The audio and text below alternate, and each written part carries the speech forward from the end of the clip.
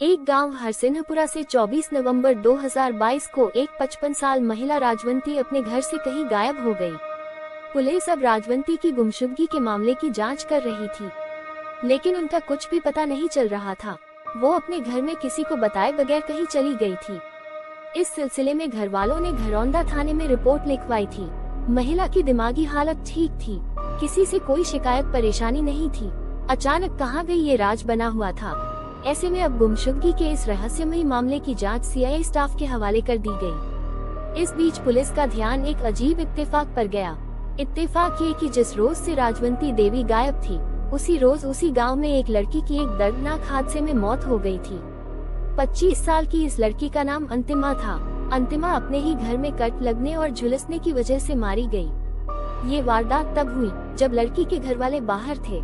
जब घर वाले लौटे तो बेटी की लाश देखकर सन्न रह गए। वैसे तो लाश की हालत ऐसी थी कि उन्हें अपनी बेटी को पहचानना मुश्किल हो रहा था, लेकिन कपड़े और ज्वेलरी ये गवाही दे रहे थे कि ये अंतिमा की ही लाश है। अब घर वालों ने भरे मन से अपनी बेटी की लाश का अंतिम संस्कार कर दिया। अब पुलिस ने दोनों मामलों की जांच साथ में करने का फैसला किया।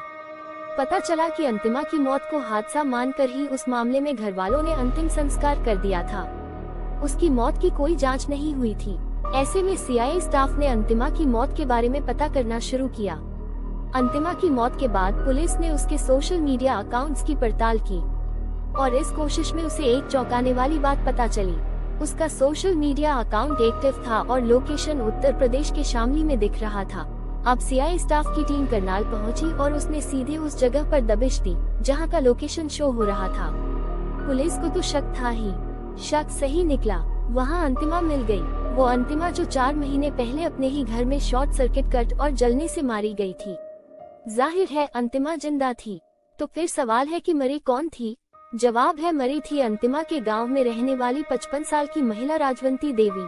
पुलिस के शिकंजे में आई अंतिमा ने बताया कि उसका शामली के एक लड़के से फेसबुक पर अफेयर था, लेकिन घर वाले इस रिश्ते के लिए राजी नहीं थे। ऐसे में वो अपनी मौत दिखाकर अपने आशिक के साथ सुकून की जिंदगी जीना चाहती थी। प्लानिंग उसने पहले से तैयार रखी थी, बस उसे मौके का इंतजार था। इत्तेफाक से 24 नवंबर को उसके घर वाले कहीं बाहर गए थे और मौका पाकर उसने अपने पड़ोस में रहने वाली राजवंती देवी को बुला लिया।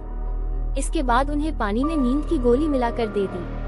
जब राजवंती गोली खाने की वजह से बेहोश हो गई तो पहले उसने राजवंती का गला घोटा, फिर कट लगाया और फिर अपने कपड़े पहनाकर आखिरकार उसकी लाश जला दी ताकि उसकी पहचान ना हो सके। इसके बाद वो अपने प्रेमी के साथ भाग गई और उसके साथ शादी कर शामली में ही रह रही थी। लेकिन अब पुलिस ने उसे गिरफ्तार कर लिया और साथ ही राजवंती देवी की मौत का राज भी फाश हो गया। आपको यह अंतिमा की फेसबुक वाली कहानी कैसी लगी कमेंट करके जरूर बताएं और अगर वीडियो अच्छा लगे तो वीडियो को लाइक करें और चैनल को सब्सक्राइब करें। धन्यवाद।